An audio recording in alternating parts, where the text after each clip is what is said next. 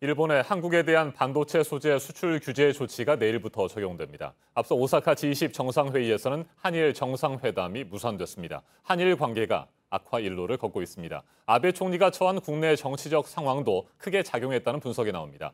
호사카 유지 세종대 교수와 좀 더 자세하게 짚어보겠습니다.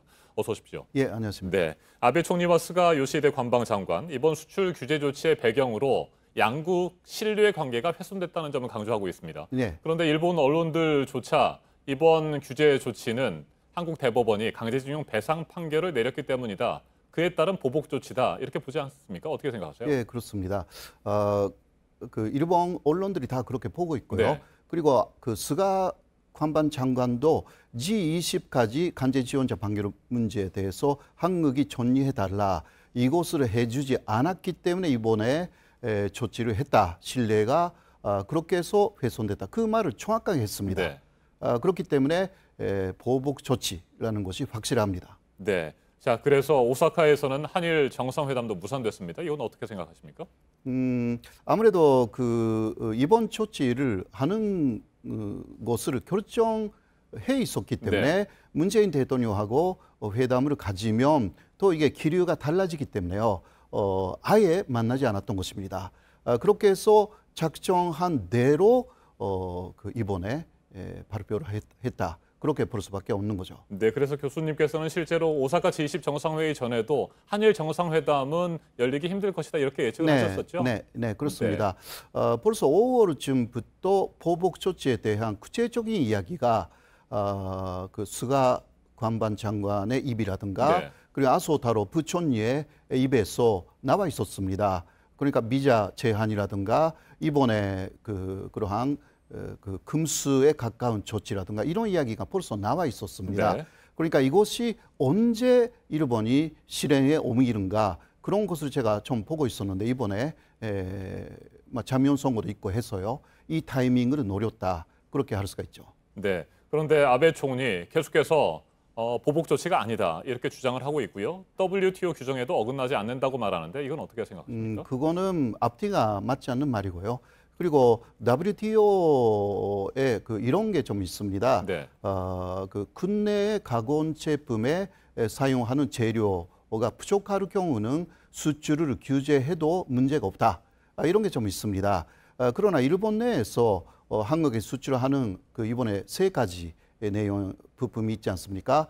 이것을 많이 사용하는 그러한 업체가 있는 것이 아닙니다. 네. 그렇기 때문에 이러한 내용도 맞지 않는 것이고요.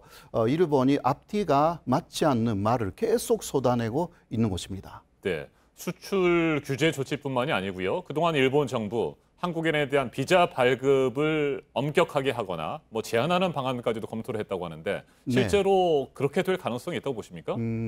거기까지는 조금 시간이 걸릴 것으로 생각합니다. 물론 절대 안 한다라고 지금 말할 수는 없습니다만은 그러나 그 일본에 들어가는 지금 그 한국인 그 여행자 숫자가 800만 명 정도가 됩니다.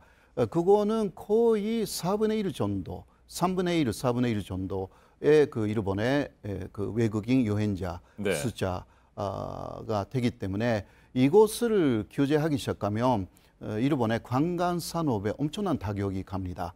그러니까 그런 부분은 혹시 하면 일본 내에 반발이 너무 심하게 일어나죠. 그러면 또 자미원 선거에 악재가 되기 때문에 자미원 선거 이전에는 더 이상 하기는 조금 어려운 것이 아닐까 그렇게 생각합니다. 네, 교수님께서는 많은 시청자분들께서 아실 텐데요. 한국으로 귀화를 하셨고 부인께서도 한국인이십니다. 예.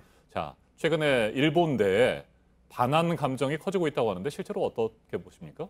예, 한국에 대해서 좋지 않게 생각한다 혹은 별로 좋지 않게 생각한다라는 일본인의 숫자가 요새 여론조사에서는 70%에 조금 가깝습니다. 네. 그러니까 그러한 여론조사를 배경으로 해가지고 한국을 때려도 오히려 지지율이 올라간다라는 그러한 계산이 조금 있는 것 같습니다. 그래도 지금 그 일본 언론도 그렇고요. 미국의 언론도 그렇고 그리고 중국도 이번에 일본의 조치에 대해서 상당히 비판하고 있습니다. 네. 그래서 오히려 역풍이 될 가능성이 그러니까 이번에 조치가 아베 정권의 역풍이 될 가능성도 전혀 배제할 수는 없습니다. 네, 저희 김태형 기자와 신진 기자가 앞에서도 분석을 해드렸습니다만 그동안의 쭉 상황들을 살펴보면 아베 총리, 국내의 정치적인 위기들을 극복하기 위해서 한국 때리기를 계속해왔습니다. 그렇습니다. 네. 예, 사실 아베 정권 자체가 위안부 문제를 부정한다라는 그러한 목표 하에 탄생된 정권입니다. 네. 이 부분은 깊이 지금 말씀드리지는 못하지만 그러니까 성격 자체가 한국을 때리는 것으로 일단 집권했기 때문에 그 성격이 다 나옵니다. 계속 한국하고의 관계로 일본이 의회에 가면 지지율이 올라간다. 네. 이런 것으로 경험해 온 정권이기 때문에 상당히 한일 관계가 그러니까 아베 정권 때문에 나빠진다라는 것이 거짓말이 아니라 실제로 있는 상황이다라고 할 수가 있습니다. 네, 오는 21일 참의원 선거를 앞두고 있어서 그래서 이런 정치적인 이유 때문에 지금 진행되고 있는 한국 때리기도 배경이 될 수 있다 이런 해석들이 나오고 있습니다. 예. 실제로 참의원 선거에 아베 총리의 전략이 먹혀 들어갈 것으로 보십니까? 아직 20일 정도 남아 있기 때문에 이게 한국 정부가 어떻게 나가냐, 네. 한국 언론이 어떤 보도를 하느냐에 상당히 달려 있는 부분이 있습니다. 그래서 한국의 전단 선거를 정확하게 발신한다면 이것은 일본 언론도 많이 바뀌고요. 일본 정부도 그 역풍을 맞게 됩니다. 그러니까 아직은 좀 기간이 좀 있기 때문에 한국 정부가 그리고 한국 언론들이 한국의 전단 선거를 얼마나 정확하게 세계에 발신하고 또 미국 쪽의 블룸버그 통신이라든가 월스트리트 저널도요. 이게 일본이 그 입으로는 자유무역을 말하면서 거기에 욕해하고 있는 게 일본이다. 이런 기사가 어제도 남았거든요. 네. 그러한 세계적인 여론도 사실상 현재 일본에 상당히 불리하게 돌아가고 있습니다. 이것으로 또 일본 국민들이 다 알게 되는 거죠. 그럴 경우는 그 참의원 선거에 상당히 오히려 나쁜 영향이 가는 것입니다. 자민당으로서는요. 네. 그리고 현재 한국을 데리는 거 이외에는 아베 정권으로서는 외교적인 뭐라 할까 일본으로서 좋은 재료 만들기가 전혀 없습니다. 지금까지 미국하고의 관계도 그렇고 중국하고의 관계도 그 러시아하고의 관계도 상당한 부분이 아베 총리의 예상에서 벗어나 가지고 일본이 굉장히 그 외교적으로 실수를 계속 거듭하고 있어요. 요새 네.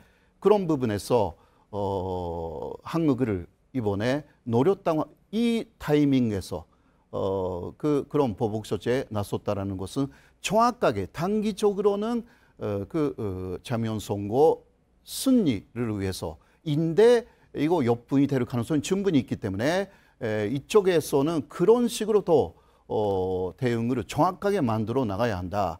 아베 총리의 말과 행동 이것이 앞뒤가 전혀 다르다라는 부분 그것을 세계 여론하고 같이 주장해 나가는 그런 전략이 대단히 중요하지 않을까 그렇게 생각합니다. 네, 알겠습니다. 지금까지 호사카 유지 세종대 교수였습니다.